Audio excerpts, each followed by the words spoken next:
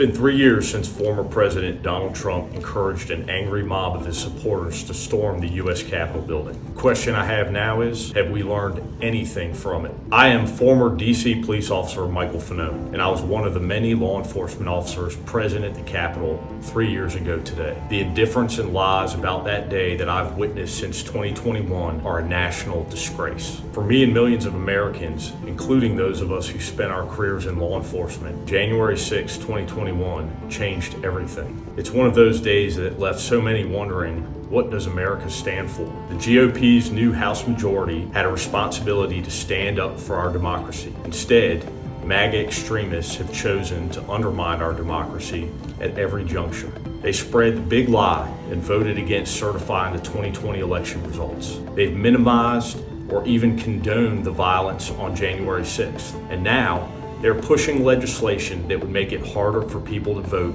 and defund election security grants. The clock is ticking on our democracy. We have 1 year to go until January 6, 2025, which will be the first time Congress certifies a presidential election since the insurrection. It's members of Congress who will certify the 2024 results. In some scenarios, in which no candidate receives 270 electoral college votes, they may even choose our president. We must ensure peaceful certification in 2024, which starts with making sure every American knows what actually happened on January 6th. The country we will leave for our children depends on all Americans to come together over the next year to restore trust in our election system and apply pressure on Congress to peacefully certify the election.